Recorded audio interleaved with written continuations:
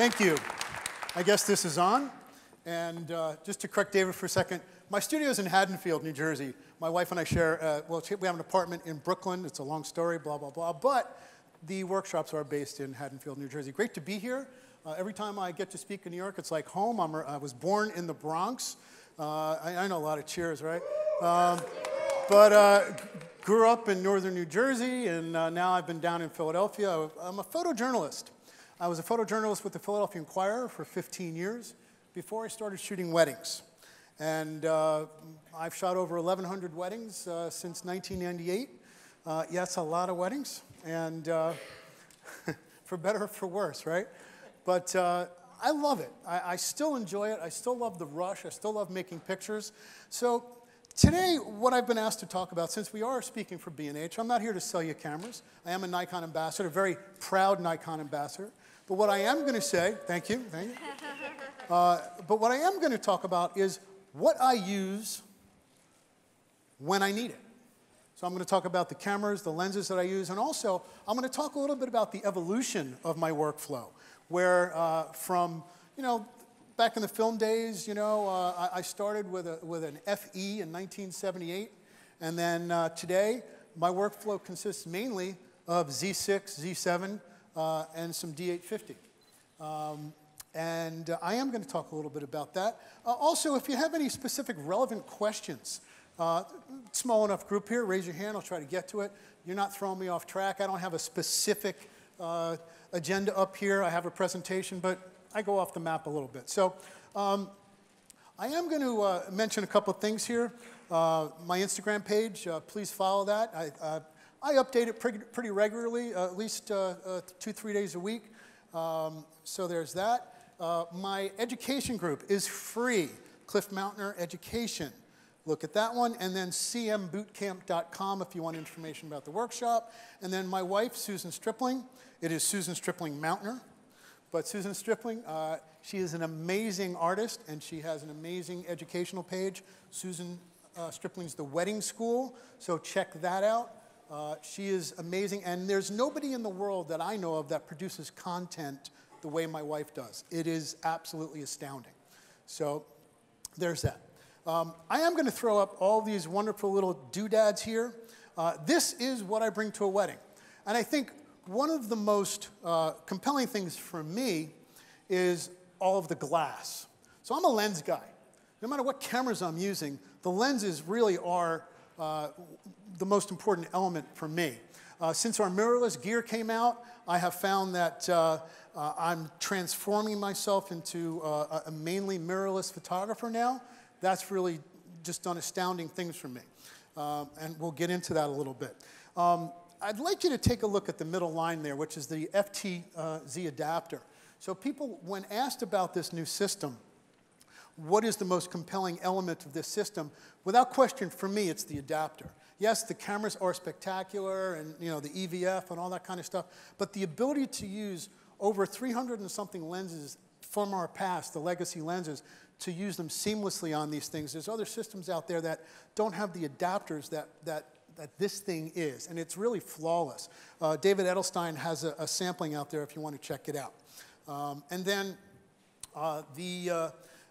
my speed lights, I do bring about 3 or 4 speed lights to a wedding with me. And also, I want to give a shout out to Stella Lights, the Light and Motion Stella Pro lights. They do sell them at B&H, but these things, I use them at every single wedding that I shoot. They are an integral part of my workflow. So there's that. So this was shot with my Z6, which, by the way, now that it's this light, I literally carry it wherever I go. So I have my 35-1.8 on here, and it never leaves my side. And I take it pretty much everywhere, to dinner, much to the dismay of my children. But if you look at the form factor compared to the D5 and even the D850, that's how teeny that thing is. So those come with me to a wedding, all right? But Avedon said, I hate cameras. They interfere. They're always in the way. I wish if I could work with my eyes alone. And I think that's what the Z6 allows me to do. Okay, the mirrorless format, being able to see your exposures, being able to look through a bright EVF, being able to see what you are going to make can be transformative to a photographer, especially younger photographers. When those come to my workshop and they have a little bit of trouble, they're struggling a little bit with some of the technical aspects, this learning curve is really diminished. It's a very short learning curve now. It's the best tool in the world to learn from, is an EVF. There's the adapter, and I've always said that lenses are an extension of my mind's eye. And I see in focal lengths. I can see you right now with my 14 to 24, or I can see you with my 105, 1.4, and then of course I won't see you. If I come back here at 1.4, I'll see the gentleman behind you. If I come over here, I won't because of depth of field. There's so many different things you can do with different glass, different depths of field. And these are creative tools at our disposal, and the choices have never been greater.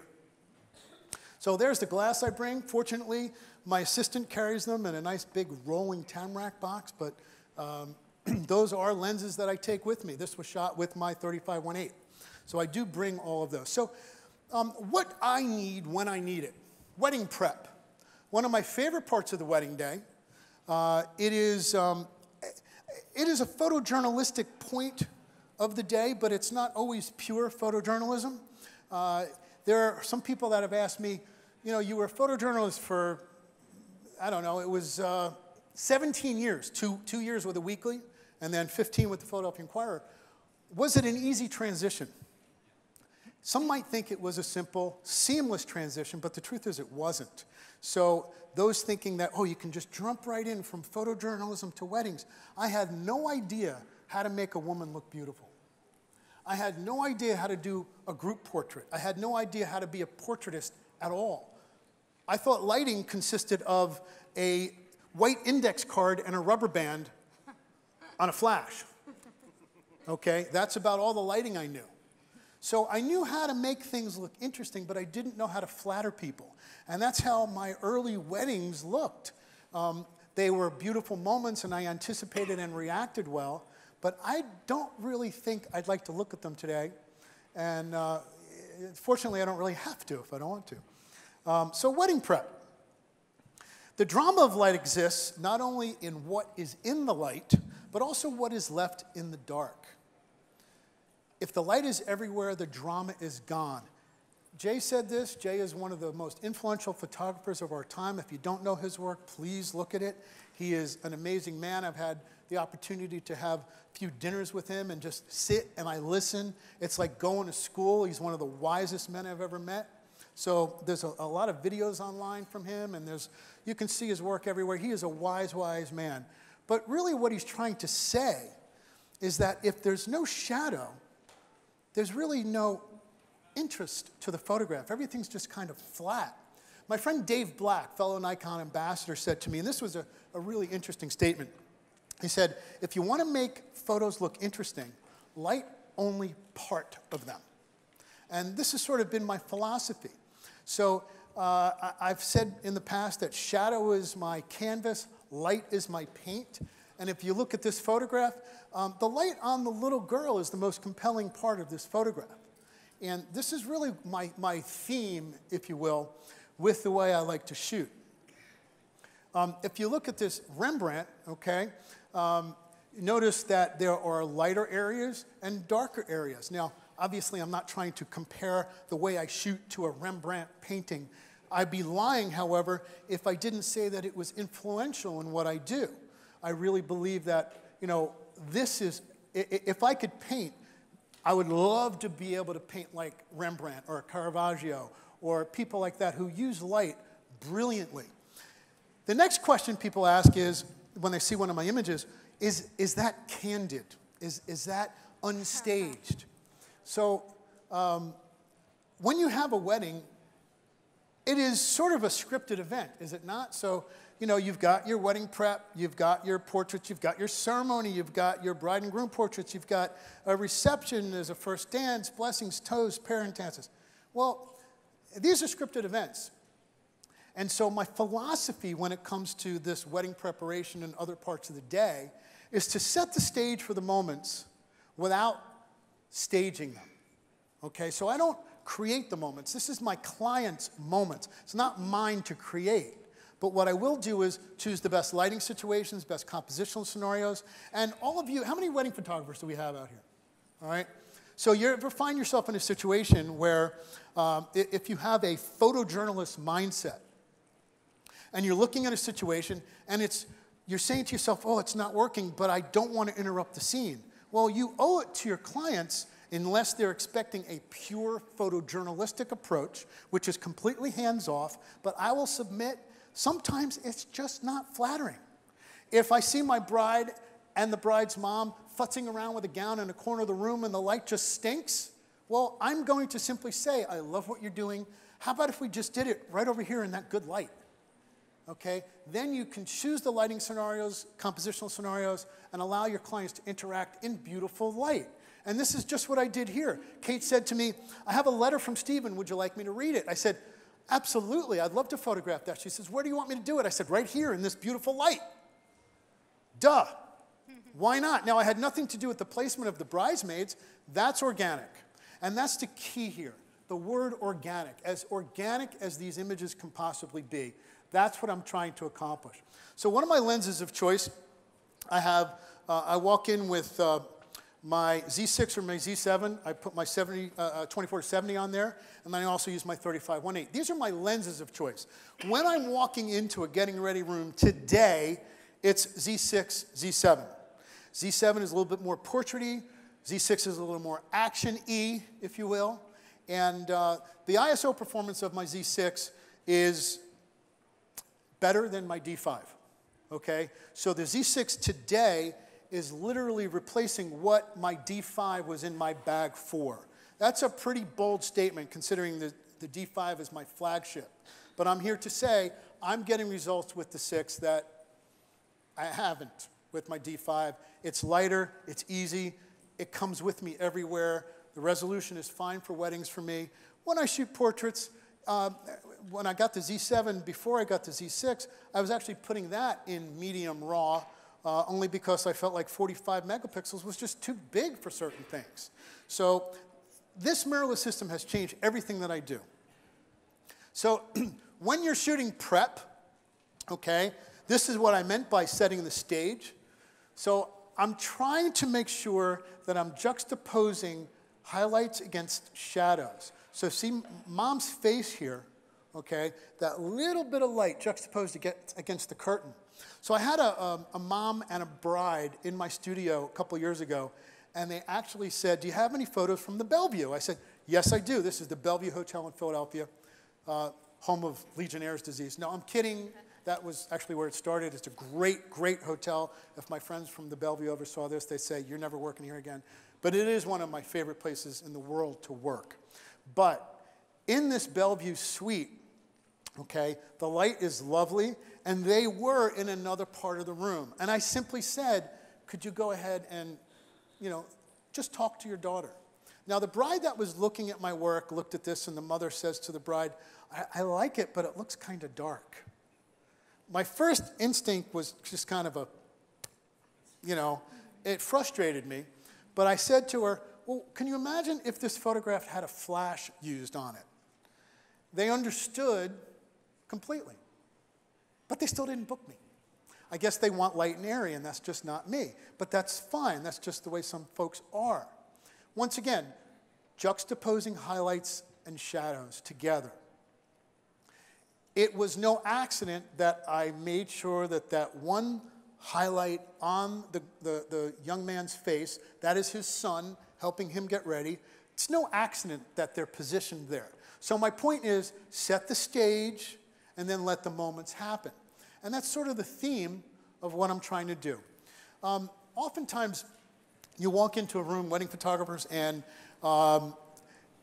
you'll walk in and there's overhead light, there's drapes open, and there's windows, there's light coming from all over the place. I hate that. I hate a really well-lit room. Okay, it sounds ridiculous, but I want to control the light. I want directional light. If there's light coming in from all sides, that's not something that is very desirable to me, because I want direction, okay? Direction. And that's what this is. This is directional light. This is my Z6, my 35. This was not a staged image, actually. I was walking by, I had my 6. This is in silent mode. This girl did not know I took this particular frame. Now, that's one of the beauties of the mirrorless cameras. Direction creates dimension. So if you look at this Rembrandt, how many of you have not heard of Rembrandt lighting? Everyone has heard of Rembrandt lighting. Rembrandt deliberately had a light coming from a particular direction, and then deliberately had a little bit of shadow on the other side, that little triangle there of light, to create dimension, so that when you're doing a portrait of someone, instead of, let's pretend this is a window here, instead of putting the bride here, okay, and me standing there shooting this way, I would stand off to the side a little bit and come this way. I'm the subject, and you have a little bit of shadow on the subject's face. That's all this is. So that when I apply it, it looks a little bit like this. So instead of having the light directly behind you, okay, turn a little bit, have your subject turn a little bit, you're going to create this Rembrandt light. And this is sort of a theme that I try to accomplish with a lot of my portraits. I'd rather have a little dimension. So here the light's coming from in front of her. I turned her this way a little bit. She's reading a letter from her groom. And that's how I'm creating the texture, dimension, and mood. This particular lens, for me, is one of my favorite lenses. It's actually my favorite lens I've ever used. This is the 105-1.4. David Edelstein has it out there if you want to just take a look at what it does and how it does it. It's seamless on the FTZ in both of my mirrorless cameras. And what it's enabling me to do, by the way, is really isolate. So when you walk into a room and it's really cluttered, like every room you guys walk into, isn't it like perfectly neat all the time? There's no clutter, there's no crap all over the place, right? No makeup, no, right? It's perfectly clean. Of course not. So what happens when I walk in, instead of having to sit there and take 15 minutes and have my assistant just clean everything up, sometimes it's impossible.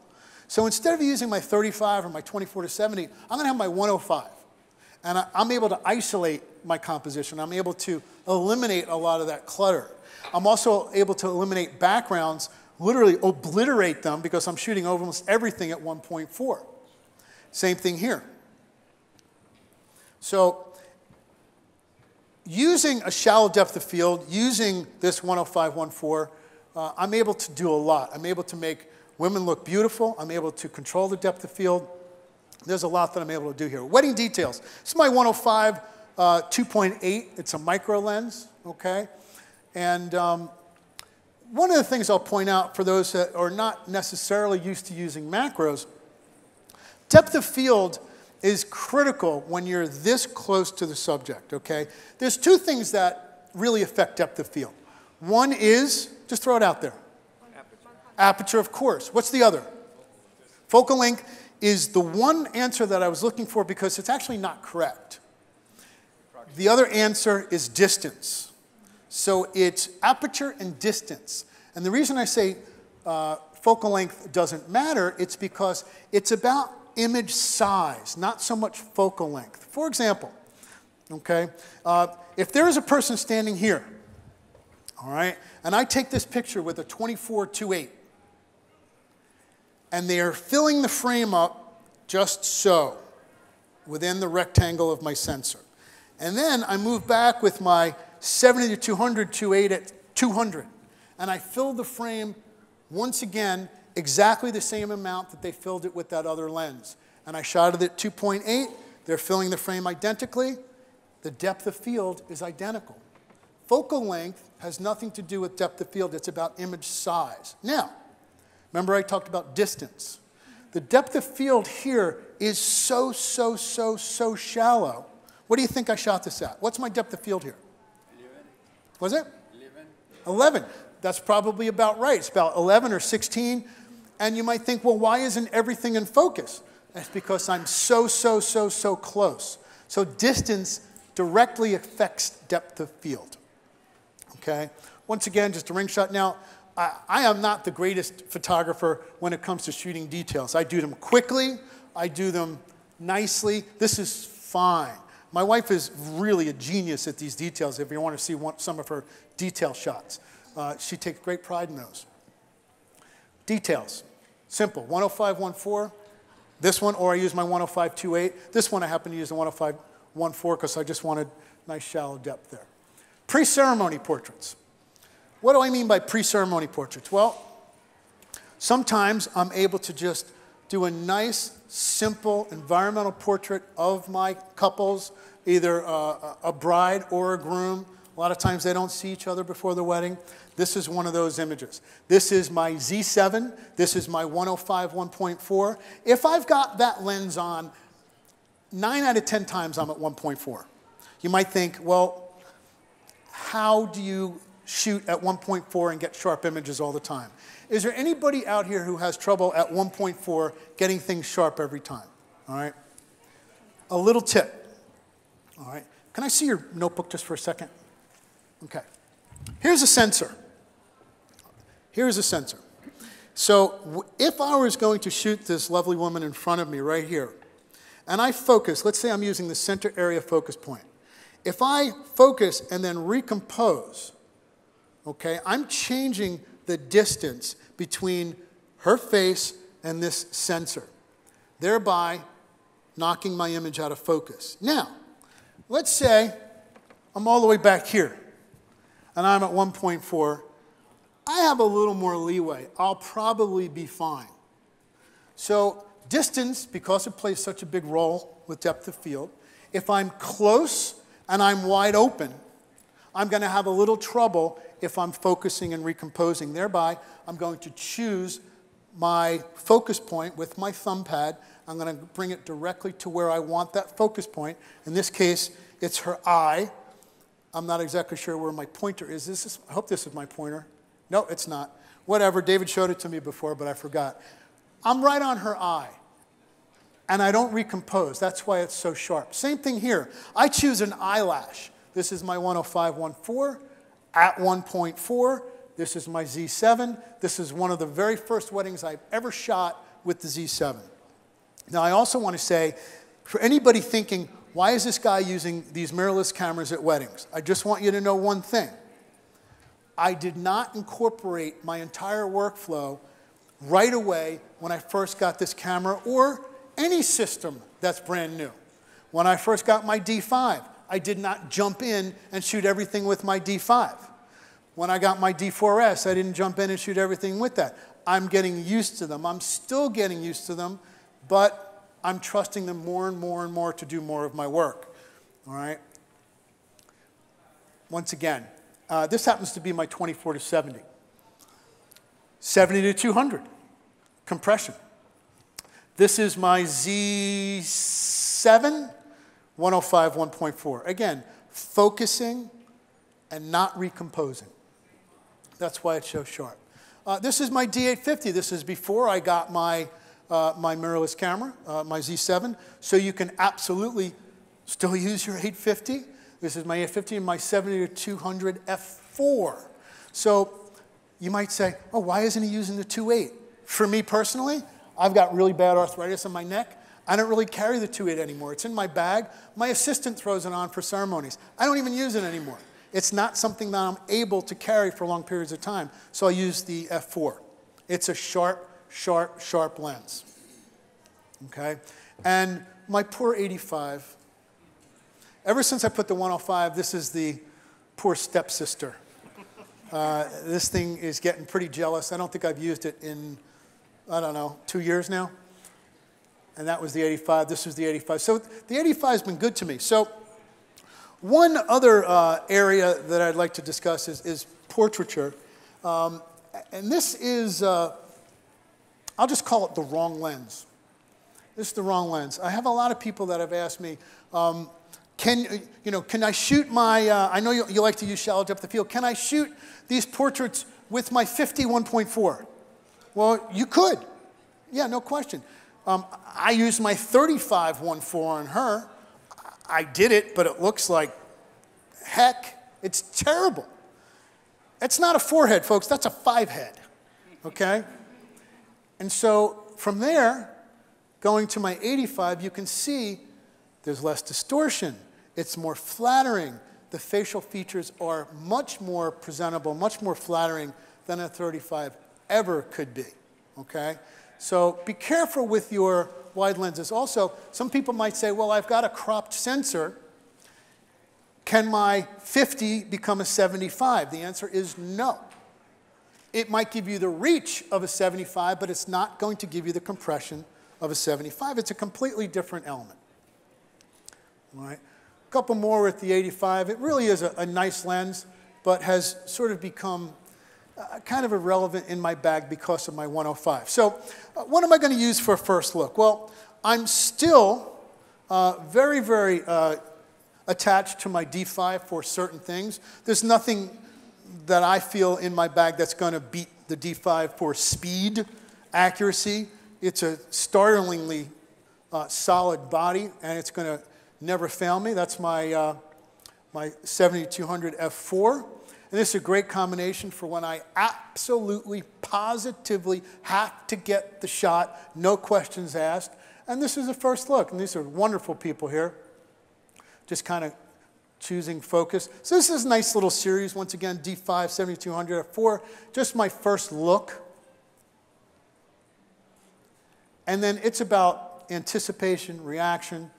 There were a few more images to that sequence when you absolutely, positively have to get it. So I do a lot of workshops, and one of the things that people want to learn from me is how do I go about shooting in harsh light? Well, the most important thing, and I've seen these little tutorials online. I actually saw one about 6 months ago, shooting in outdoor harsh light. And I clicked on it for some giggles. Harsh. 2 o'clock in the afternoon in July, where you're out there and it's just shadows on faces and just very, very difficult, okay? And so this tutorial actually said, find shade. It was kind of funny. But it's really kind of simple, and I hope you try it if you have any trouble. The answer is put your subject between you and the sun. Put your subject between you and the sun, have the sun behind the subject, shoot directly into it, okay? And expose for the face, not veils. It's really not difficult. Sometimes it's a little compromise, but it's worth it. What do I mean by compromise? Well, I'm not looking to win competitions with these photos. I'm looking to make sure that I take care of my clients. All right? Try to make bad light good light, and this is sort of where I'm going with this. This is a first look, 1:30 in the afternoon in May. Okay? Light's coming from behind them. Nice shallow depth. I think this is my 7200 f4 with my D5. All right? And this is real, about as real as it gets. It annoys me that I chopped his hand off at the bottom. That did bother me a little bit, but you probably didn't notice, but it bothered me. In any case, it's real. I was able to make this work at 1:30 in the afternoon. So this is a beautiful image, is it not? Yeah. Stunning. It's stunning, right? Oh, it's great. This is exactly what not to do. This is what I mean by harsh light. Yeah. Okay? So this was a series for Nikon, behind-the-scenes videos, and very quickly to move on, just to give you an idea, all I did was did a 180, turn them around, expose for the face, and that's what you can get. No fill flash, no reflectors, nothing. This is really, really simple. It's a technique that is, barely even call it a technique because anybody can do it. So give it a try if you have any trouble, okay? So pre-ceremony moments. Through and through, I'm a photojournalist. When it comes down to it, that's my roots. So I'm always looking for moments. I'm always anticipating and reacting to what's going on in front of me. And what's incredibly important to me is being able to capture moments that are authentic, that are timeless. These moments that 10, 20, 30, 40 years from now are going to mean something, okay? And I'm always looking for these things. So choosing the right equipment for this is absolutely imperative. All right, I had a 24-70 on my camera for this. I decided when this bride said to me, one of the most important parts of the day is when I walk down the stairs at my home and my dad sees me for the first time.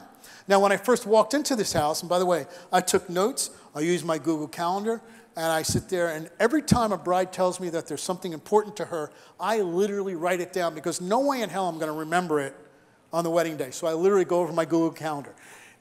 It might have little things like bride has, 4 sisters, or bride has, this is a good one, this happens a lot, bride has something embroidered in her gown that I want to shoot. Little things that are really, really important, I'm going to jot down.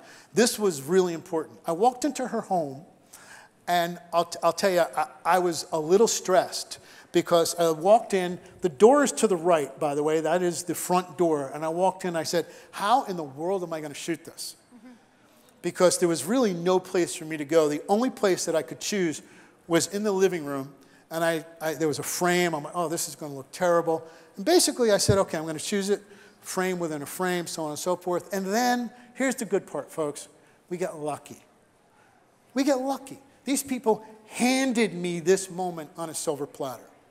Being at the right place, the right time, choosing the right gear, sometimes you get lucky. And this is luck. Okay? Anticipation.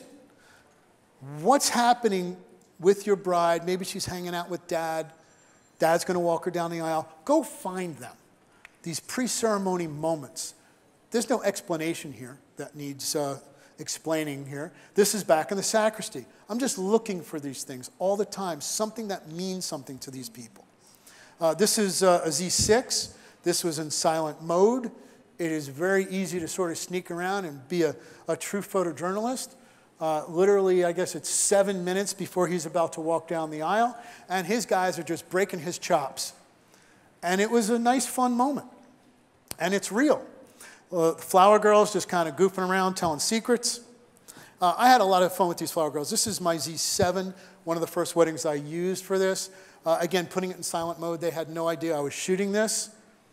Another good feature with these cameras, the tilt screen and silent mode, you can literally take pictures and people don't even have to know you're shooting. And at weddings, that comes in very handy because people like to be camera aware. I know I do. You know, I don't like looking terribly awkward when someone's taking my picture, and you know, I like to get a little bit ready for it, but not necessary with images like that last one. And then ceremonies. So for me, ceremonies were a little tricky in that if you're in a situation where it's really, really, really dark, sometimes the choice is to flash or not to flash. Well, in a church ceremony, before we had cameras that could shoot at 3200 and 6400 and things like that, well, frankly, sometimes there was no choice, but I hated myself for having to use a flash in those situations. It was no good. Now, today, I can go into a wedding with my Z6, okay, with my 7200 f4 or my 3518 or any number of cameras or any number of lenses, and I shoot at 12,800, and this camera barely breaks a sweat. Okay, this is one of my favorites. This was my D5.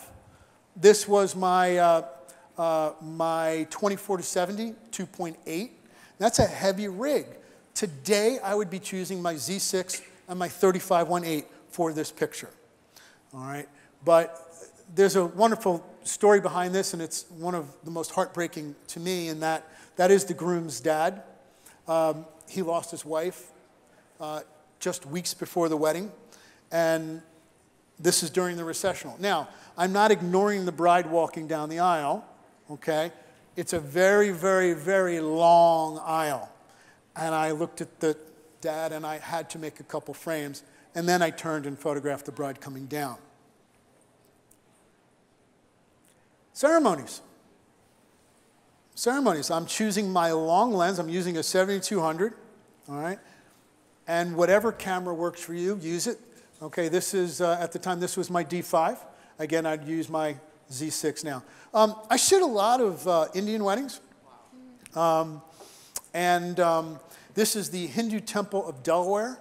where when I first started shooting Indian weddings, my friend Charmy over here, she would probably laugh at me, but I was very timid in terms of the level of intrusion in which I chose to incorporate into these weddings.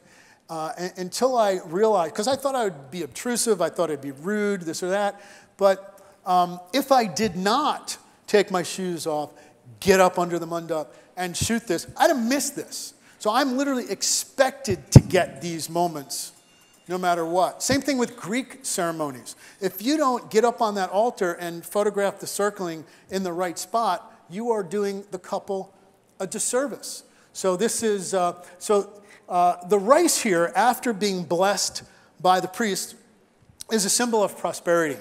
And they are quite prosperous. Wonderful couple. This was my first wedding with the six. First wedding. This is ISO 16,000 in a really, really, really dark venue. It's the College of Physicians in Philadelphia. And just incidentally, if you've ever go to Philadelphia, you ever want to see the most wacky museum in the world, it's the Mutter Museum. Okay, anybody hear of the Mutter Museum? Any folks? It is basically, my wife's been there as well. It is a museum for medical anomalies. It is way out there and bizarre. And these are both physicians, and that's why they chose this venue. But man, was it dark. So this is my 105. I believe I was at 1.8, 16,000 ISO. And when I shot this, and trust me, by the way, because it was my first wedding with this camera, I was using a D5 along with this, okay? I was. And when I looked at the files and I compared, the noise levels spoke for themselves. Now I'm using Z6. And you can see, was this the, oh, you know what, 12,800. 12,800. I did go to 16 a couple times. This is 12,800, 105, 1.8. So there it is in photo mechanic. So I was a third of a stop off. All right. Sometimes you just got to get the shot.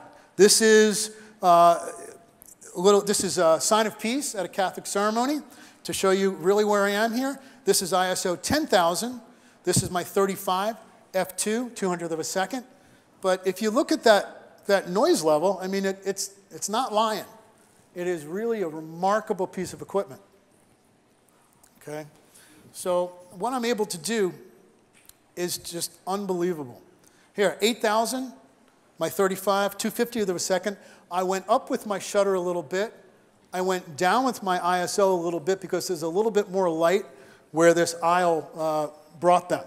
So I was able to lower the ISO a little bit. Now, why am I so high with my ISO? Well, because I had to be. I don't want anybody here thinking, boy, how irresponsible is Cliff Mautner shooting at 12,800, 16,000? That's ridiculous. Well, because I had to. Okay? I needed that ISO. I'm not doing it gratuitously. It's not like my shutter speed was at a thousandth of a second. I shoot what I need. Formal family portraits. I'm still using my 850. I'm still using my 850. I still like this camera. I love the way it integrates with my trigger. All right? And believe it or not, I'm using a 24-120 and my 70-200 f4. Okay? Yes, I said f4. I don't need, I'm not shooting at 2.8 for my family portraits. I'm not even shooting at f4. I'm shooting my family portraits. The shallowest I'll shoot is 4.5. So I'm usually shooting at least 5.6, sometimes 6.3. And if it's deeper, maybe 3 rows, I'm going f8. Okay? And this lens is tack short. So family portraits, family formals might not be the most fun part of the day, but they might be the most important. So a lot of photographers, when they come to my workshops, they stress out over family formals. And one of the things that they come for is how to use off-camera flash and all these types of things. And you know, I put their minds at ease by teaching them those things, but they have to understand too that we can't shy away from these particular parts of the day. They are crucial. I've shown this a couple times. I posted this on Facebook a few years ago.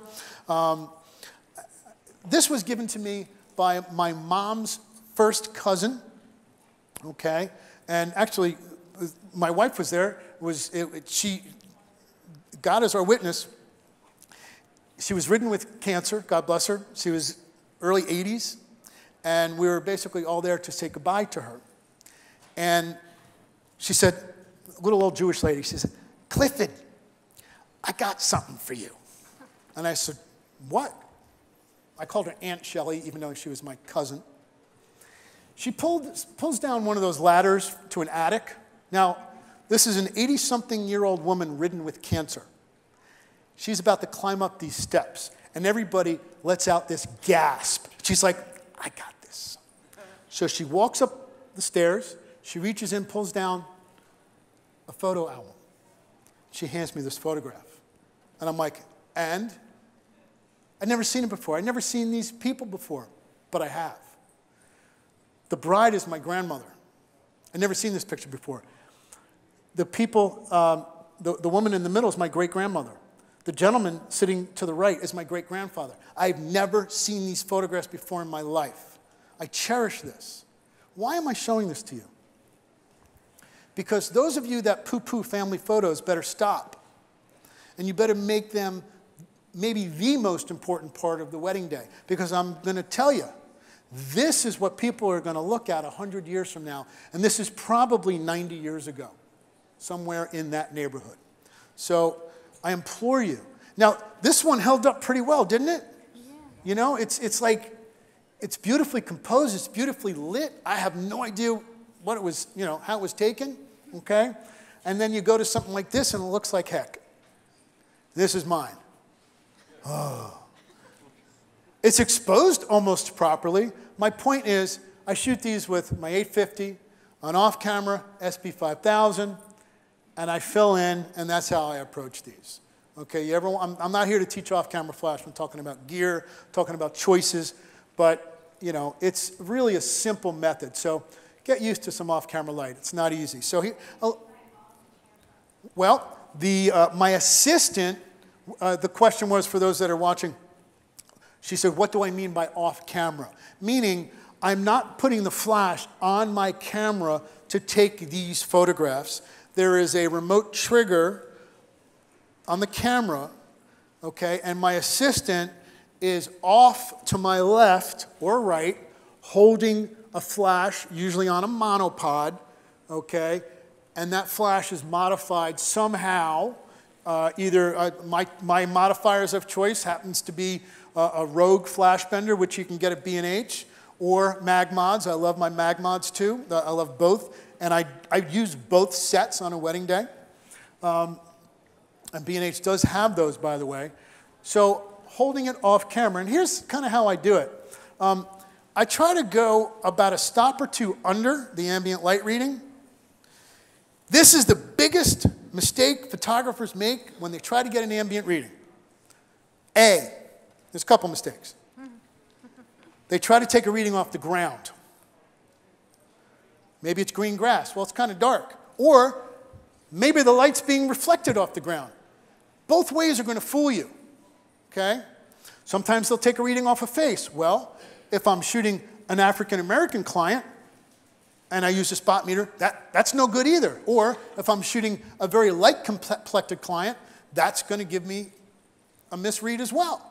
So my suggestion is just take the picture, look at the LCD, okay, and if it's exposed properly, well then speed your shutter or close your aperture a little bit, and then you're about to stop under. How do I know it's exposed properly?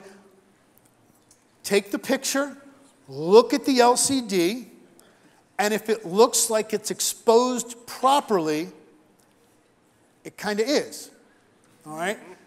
The LCD is the best learning tool that you can possibly have. All right? Fill the faces in with flash. You can do it on camera if you want to, but it looks a lot better off. And here's how I'm approaching these. Sometimes that other one was a SB 910 or a 5000. This is 2 Pro Photos. This is 1,000 watt seconds. And I had, yes, I'm using umbrellas. I had people holding so they wouldn't blow over, but I knew that it was a big bridal party. I knew they wanted to do them outside. I know this venue. I knew it's going to be kind of splotchy light. And I even with 1,000 watt seconds, it's still a little splotchy, okay? I tried to bring them in as much shade as I could, but it was hard. Again, not perfect, but sometimes things aren't perfect on a wedding day. We're problem solvers, basically. And then inside we have our family photos in the church. I get this a lot. Well, do you approach them the same as the church as you do outside? No, I don't, because my lens choice might be different. This is a 24 to 120 where I much prefer, if I'm shooting family formals outside, I like to use a 70 to 200, okay, except for large groups. Then I'll use the 24 to 120. Think of it this way. I believe the longer the focal length, the more flattering it is to people for portraits. But when you have pews, which are directly in front of you, I can't exactly get back far enough, okay, to not have the pews in the photo, so I get a little closer, use a little wider lens. Now, I don't want to shoot them at 24 millimeters, but this is probably 35, and it looks all right. And then, once again, about 2 stops under the ambient, fill in with some off-camera light. Okay, and if you want to see some settings, there are some settings. My ISO is 1600. This is my D850. Yeah, I'm about 32 millimeters, and there you go. What was my aperture? 6.3, because I had people standing behind. And I was fairly close to them, so I had to really be careful. All right? Then sometimes, when it comes to flash, sometimes, and this is the single biggest learning curve people have when they come to the workshop. And this is what I have to get through to some of the aspiring photographers that come. The relationship between ambient light, shutter speed, and flash. Okay? Ambient light, shutter speed, and flash. It's those things that confuse people the most. And one of the things that they don't quite comprehend is, why would I shoot this at 1/10 of a second? Why would I shoot anybody want to tell me why I shot this at 1/10 of a second? Anybody? Right. I needed to include some ambient light into this photograph, okay? If I shot this at a 60th of a second or 1/25th of a second, I mean, there's barely any ambient light here to begin with. This poor woman, she's my former studio manager. I love her to death. It rained. This is in Puerto Vallarta, and it rained all day. This is the first opportunity that we actually had to shoot anything outdoors. And I shot it at 1/10 of a second. ISO is at 2,000. Is that what it says there? 2,000 or 2,500, I forget exactly. My eyes aren't going. Yeah, 2,000, 6.3. But again, it's the flash duration that froze the action. So I want to give you guys a little insight into my philosophies when it comes to flash and problem solving and all that kind of stuff. Couples portraits, what am I using? Well, I think a lot of you are aware that the 850 is an amazing portrait camera. But I have completely gone away from the 850 now, and I'm using my Z7. It's just been a revelation for me.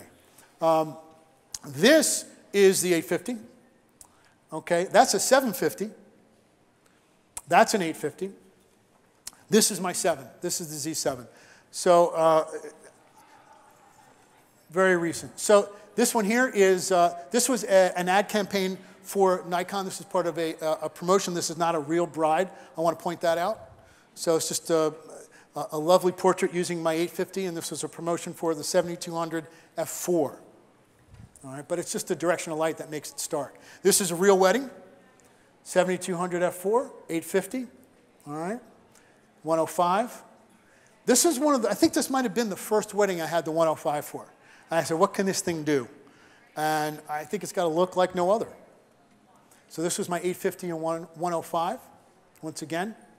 So look at what that can do. When you get close to your subject, you can really isolate. And that bokeh is the bokeh. Some people say bokeh, some people say bokeh. My friend Lindsay Silverman, guru at Nikon, says, it's bokeh, it's bokeh. Well, I don't want people to mistake it for bokeh, so I call it bokeh. What do you guys say, bokeh, bokeh? Bokeh? Okay, I'll call it bokeh. All right. I posted this on Instagram the other day, and this is my Z7, my 105, and sometimes, and I stated this on Instagram and social media, sometimes people like to get really clever with their compositions. And I think sometimes photographers outsmart themselves. I think in this age of social media, myself included, we try to get so complicated, and we try to have so many layers to a photograph, and we try to make things so incredibly interesting and startlingly visual that sometimes the simplest photograph that is right in front of us, we skip in lieu of the incredibly creative, in lieu of the clever. And I might not have taken this photograph if I had that mindset. And this bride loved this. I like it. And I thought it was a nice lesson to those who might say, well, it's awfully simple. But sometimes simple is beautiful. And don't go away from simplicity. I believe it's one of those 6 rules of composition.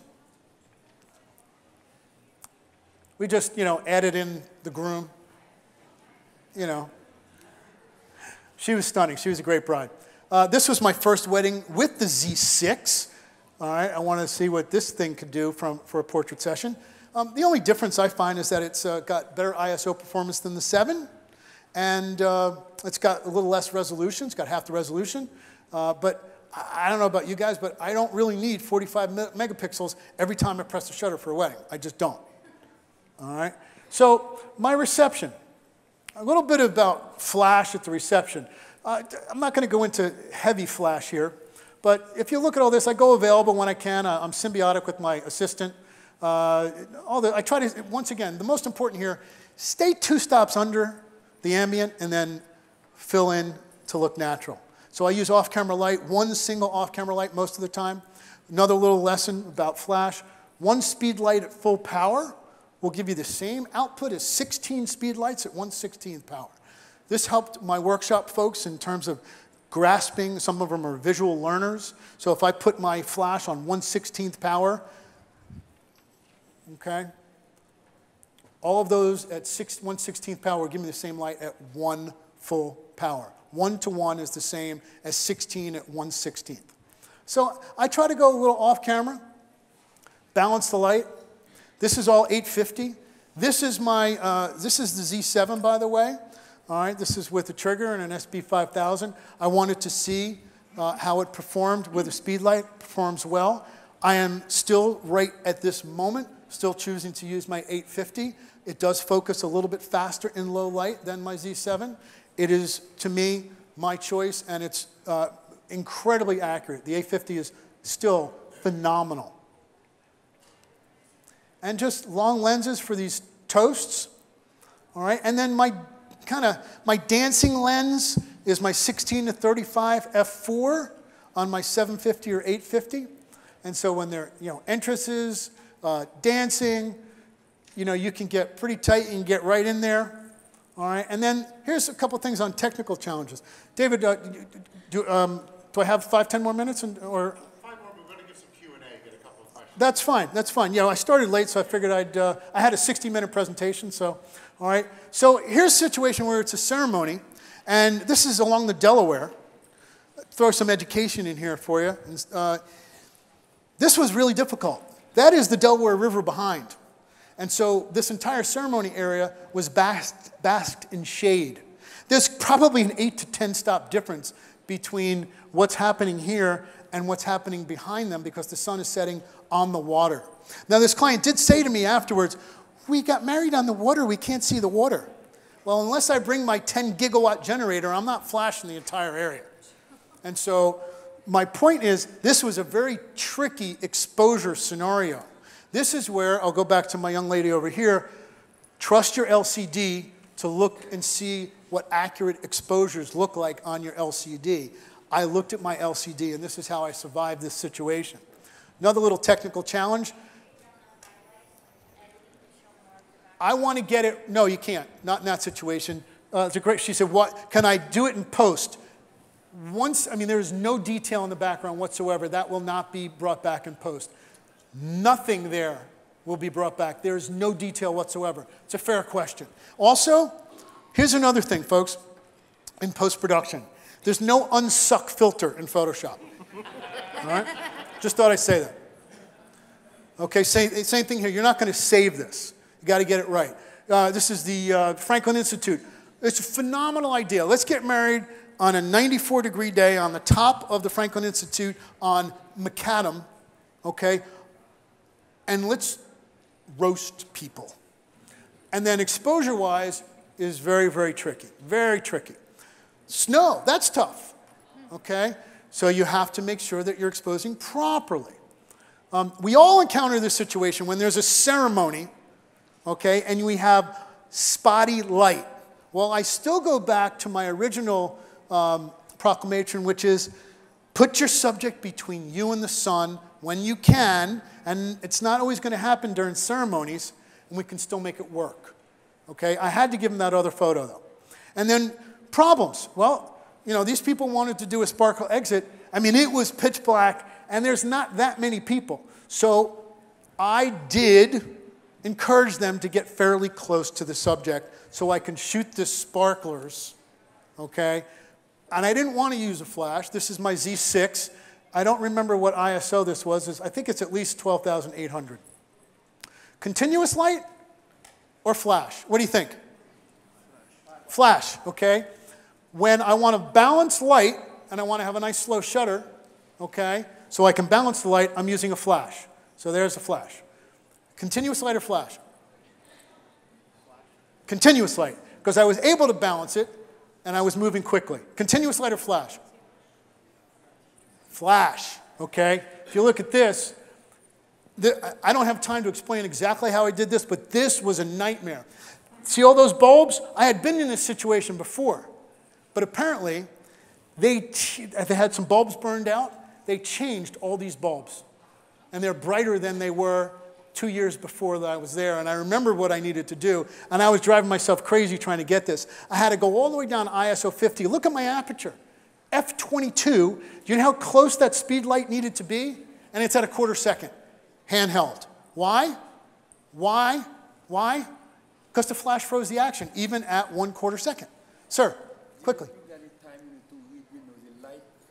That's right. I wanted to make sure that the lights were spinning. That's why I'm at a quarter second. That's exactly right.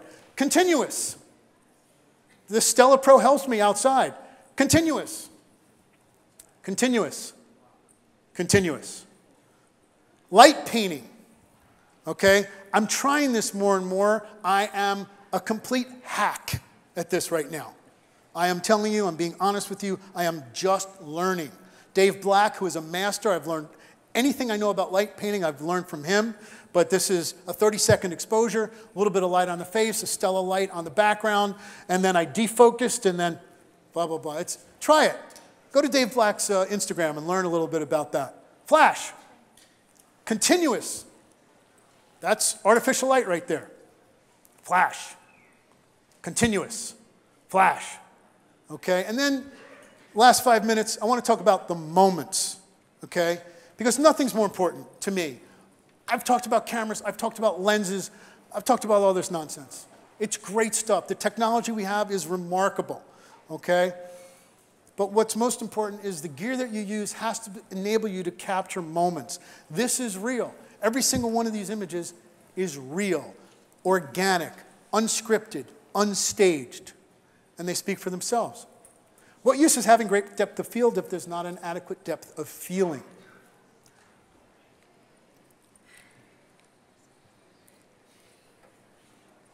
Moments before a ketubah signing. The thing that's important to know is that you never know. You're always sort of feeling your way. Arbus is one of my favorites. Love her. I love her work. And what this means to me is you never know what's really going to happen. This is my interpretation of it anyway.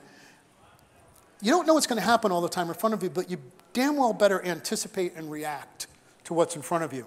And this horse had an allergy, and she told me about it. It's one of my favorites, and you know, yes, the horse. My favorite part of this is that as soon as she got sneezed on, this was her wedding day. She literally just went.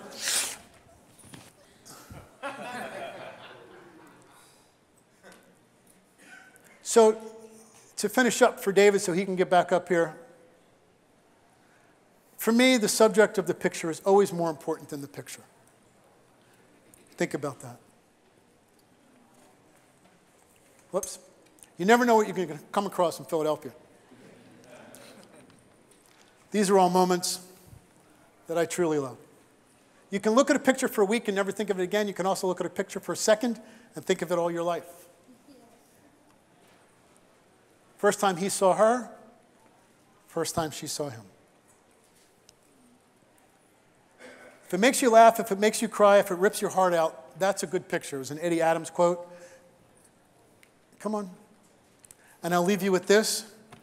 It is a moment where the groom was paying respects to his grandparents who raised him.